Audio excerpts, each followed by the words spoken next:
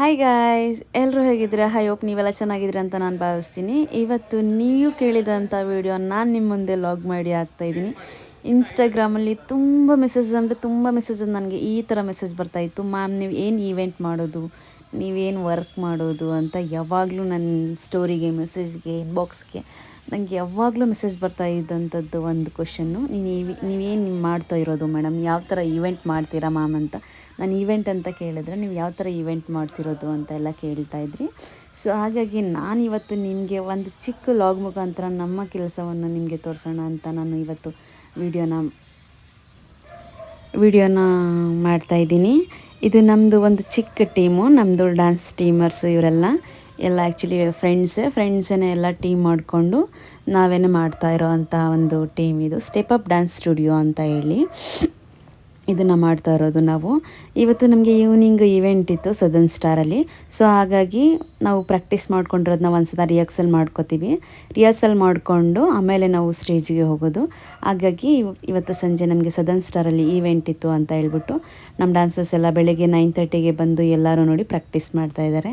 ಈ ಥರ ಪ್ರಾಕ್ಟೀಸ್ ಮಾಡಿಕೊಂಡು ನಾವು ಮತ್ತೆ ಸಂಜೆ ಅಷ್ಟರಲ್ಲಿ ಪ್ರಾಕ್ಟೀಸ್ಗೆ ಹೋಗ್ತೀವಿ. ನಮ್ಮ ಡ್ಯಾನ್ಸಸ್ ಲೈಫ್ ಹೇಗೆ ಅಂತಂದರೆ, ಎಷ್ಟೇ ನೋವಿದ್ರು, ಎಷ್ಟೇ ಬೇಜಾರಿದ್ರು, ಏನೇ ಆಗಿದ್ರು ಲೈಫಲ್ಲಿ ಅದನ್ನೆಲ್ಲ ಸೈಡ್ಗಿಟ್ಟು ಖುಷಿಯಿಂದ ಎಲ್ಲನೂ ಮರೆತು ನಾವು ಈ ಥರ ಖುಷಿಯಾಗಿ ಇರ್ತೀವಿ.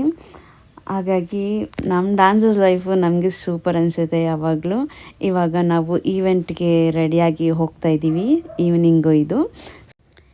ಈಗ ಹೋಟೆಲ್ ಹತ್ರ ರೀಚ್ ಆದ್ವಿ. ಕಾರ್ನ ಪಾರ್ಕಿಂಗ್ ಮಾಡ್ತಾಯಿದ್ದೀವಿ. ಪಾರ್ಕಿಂಗ್ ಮಾಡಾದಮೇಲೆ ಡ್ಯಾನ್ಸಸ್ ಎಲ್ಲ ಕಾರಿಂದ ಇಳ್ಕೊಂಡ್ರು.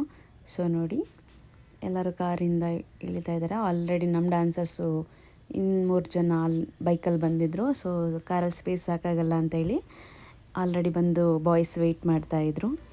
ನಮ್ಮ ಹುಡುಗಿರಿಗೆಲ್ಲ ತುಂಬ ಖುಷಿ. ಏನೋ ಒಂದು ಈವೆಂಟ್ ಅಂತ ಅಂದರೆ ಎಲ್ಲರೂ ಸೇರ್ತೀವಿ, ಎಲ್ಲರ ಜೊತೆಗಿರ್ತೀವಿ.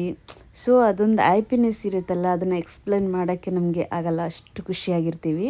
ಹೋಗೋ ತನಕನೂ ನಾವಾಗಿರಲ್ಲ, ಎಲ್ಲರೂ ಸಿಗ್ತಾರೆ, ಮಾತಾಡಿಕೊಂಡು ಆ ಟೈಮ್ ಸ್ಪೆಂಡ್ ಮಾಡೋದು ತುಂಬ ಚೆನ್ನಾಗಿರುತ್ತೆ. ಆ್ಯಕ್ಚುಲಿ ನಮ್ಮದು ಡ್ಯಾನ್ಸಸ್ ಫೀಲ್ಡ್ಗಳಲ್ಲಿ ಡ್ಯಾನ್ಸರ್ಸ್ ಯಾರು ಇರ್ತಾರೆ ಅವ್ರಿಗೆಲ್ಲ ಗೊತ್ತಿರುತ್ತೆ ಆ್ಯಕ್ಚುಲಿ ಅವರೆಲ್ಲರೂ ಎಷ್ಟು ಖುಷಿಯಿಂದ ಇರ್ತಾರೆ ಅಂತ ಹೇಳಿ. ಸೊ ನೋಡಿ, ನಮ್ಮ ಲಗೇಜು ಮತ್ತು ನಮ್ಮದು ಕಾಸ್ಟ್ಯೂಮ್ಸು, ಪ್ರಾಪರ್ಟೀಸ್ ಎಲ್ಲ ಎತ್ಕೊಂಡು ಹೋಗ್ತಾಯಿದ್ದೀವಿ. ಇವಾಗ ನಾವು ಈಗ ರೂಮ್ ಒಳಗಡೆ ಎಂಟ್ರಿ ಆಗೋಕ್ಕೋಸ್ಕರ ಹೋಗ್ತಾಯಿದ್ದೀವಿ. ಇದು ಸದರ್ನ್ ಸ್ಟಾರ್ ಹೋಟೆಲ್ ಎಂಟ್ರಿ ನೋಡಿ ಹೋಗ್ತಾಯಿದ್ದೀವಿ ಡ್ಯಾನ್ಸರ್ಸ್ ಎಲ್ಲ. ನಾವು ಅಲ್ಲಿ ಒಬ್ಬರನ್ನ ಕೇಳ್ತಾ ಇದ್ದೀವಿ ರೂಮ್ ನಂಬರ್ ಅಂತ ಹೇಳಿ. ಅವರು ನಾವು ಇಷ್ಟು ಜನ ಇರೋದು ನೋಡ್ಬಿಟ್ಟು, ಇಲ್ಲ ಒಂದು ರೂಮ್ಗೆ ಅಷ್ಟು ಜನನ ಕೊಡೋಕ್ಕಾಗೋದಿಲ್ಲ ಮ್ಯಾಮ್, ನೀವೊಂದು ಸಲ ನಿಮ್ಮ ಸರ್ನಿಗೆ ಕಾಲ್ ಮಾಡಿ ಅಂತ ಹೇಳ್ತಾಯಿದ್ರು. ಸೊ ಅದು ಕನ್ವರ್ಸೇಷನ್ ನಡೀತಾ ಇತ್ತು. ಇಷ್ಟೊಂದು ಜನ ಎಲ್ಲ ಒಂದು ರೂಮ್ಗೆ ಅಲೋ ಇಲ್ಲ ಮ್ಯಾಮ್ ಅಂತ ಹೇಳ್ಬಿಟ್ಟು ಹೇಳ್ತಾಯಿದ್ರು. ಅವರು ಡಿಸ್ಕಸ್ ಮಾಡ್ತಾಯಿದ್ರು. ಆ್ಯಕ್ಚುಲಿ ಇಲ್ಲಿ ಒಂದು ರೂಮ್ಗೆ ಅಷ್ಟು ಜನನ ಇರೋ ಹಾಗಿಲ್ಲ ಅಂತ ಹೇಳ್ತಾಯಿದ್ರು. ಸೊ ಹಾಗಾಗಿ ಅಲ್ಲೆಲ್ಲ ಮಾತುಕತೆ ನಡೀತಾ ಇತ್ತು. ನಾವು ವೆಯ್ಟ್ ಮಾಡ್ತಾಯಿದ್ವಿ ರೂಮ್ಗೆ. ಅವರು ಕಾಲ್ ಮಾಡಿ ಮತ್ತೆ ಎಲ್ಲ ಇದು ಮಾಡ್ಕೋತಾ ಇದ್ರು. ಆಮೇಲೆ ಅವರು ಕಾಲ್ ಮಾಡಿ, ಇಲ್ಲ ಡ್ಯಾನ್ಸಸ್ಗೆ ಆಲ್ರೆಡಿ 2 ರೂಮ್ ಬುಕ್ ಆಗಿದೆ, ಒಂದೊಂದು ರೂಮ್ಗೆ 4 ಮೆಂಬರ್ಸ್ ಅಂತ ಹೇಳಿ ಅವ್ರು ಇನ್ಫಾರ್ಮ್ ಮಾಡಿದ್ಮೇಲೆ okay ma'am done, you can go no ಅಂತ ಹೇಳಿ ನಮಗೆ ಪರ್ಮಿಷನ್ ಕೊಟ್ಟರು. ಆಮೇಲೆ ನಾವು ಲಿಫ್ಟಲ್ಲಿ ಎಲ್ಲಾದರೂ ಹೋಗೋಕ್ಕೆ ಶುರು ಮಾಡಿದ್ವಿ. ನೋಡಿ, ಎಲ್ಲ ಕಡೆನೂ ಒಂದೊಂದು ಪ್ರಾಬ್ಲಮ್ಗಳಿರುತ್ತೆ ಡ್ಯಾನ್ಸಸ್ಗಳಂತಂದಾಗ. ಸೊ ಅದನ್ನೆಲ್ಲ ಫೇಸ್ ಮಾಡ್ತಾನೆ ಇರ್ತೀವಿ ಅಂದ್ಕೊಳ್ಳಿ ಸದಾ. ನೋಡಿ, ಇವಾಗ ಲಿಫ್ಟಲ್ಲಿ ಎಲ್ಲರೂ ಒಂದೇ ಲಿಫ್ಟಲ್ಲಿ ನೋಡಿ, ಖುಷಿ ಇದೆಯಲ್ಲ, ಆ ಖುಷಿಗೆ ಬೆಲೆ ಕಟ್ಟೋಕ್ಕಾಗಲ್ಲ, ಅಷ್ಟು ಖುಷಿಯಾಗಿರ್ತೀವಿ. ಹಾಯ್ ಗಾಯ್ಸ್, ನಾವು ಇವತ್ತು ಈವೆಂಟಿಗೆ ಬಂದಿದ್ದೀವಿ. ನಾನು ಈವೆಂಟ್ಸ್ ಕಡೆಯಿಂದ. ಅದು ಎಲ್ಲಿಗೆ ಅಂದರೆ ಸದರ್ನ್ ಸ್ಟಾರ್ಗೆ. ಇದು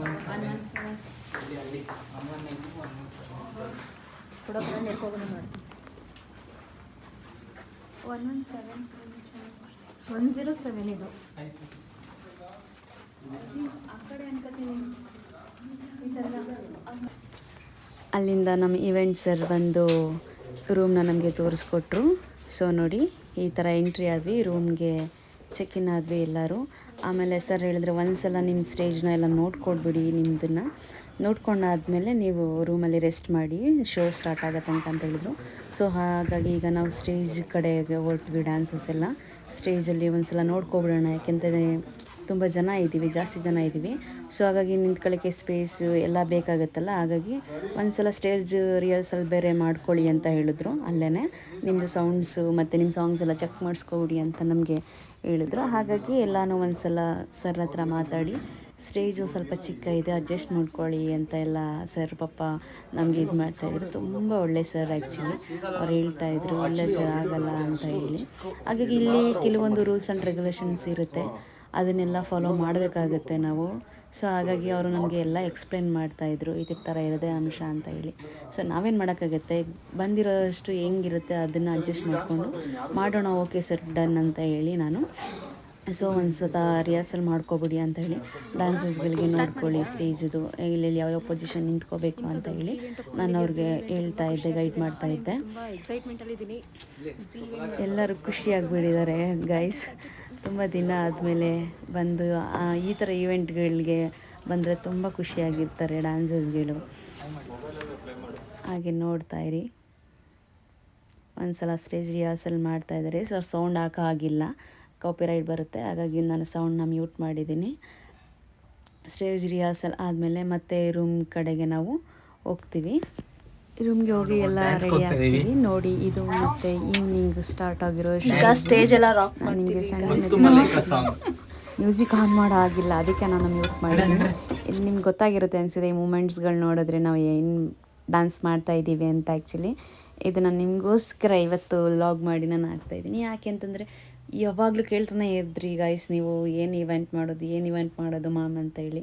ಸೊ ಹಾಗಾಗಿ ನಾವು ಏನು ಇವೆಂಟ್ ಮಾಡೋದು ಅಂತ ನಾನು ನಿಮಗೆ ಇವತ್ತು ಈ ಲಾಗ್ ಮುಖಾಂತರ ತಿಳಿಸ್ಕೊಡ್ತೀನಿ ಗೈಸ್. ನೀವು ಯಾರು ಡ್ಯಾನ್ಸರ್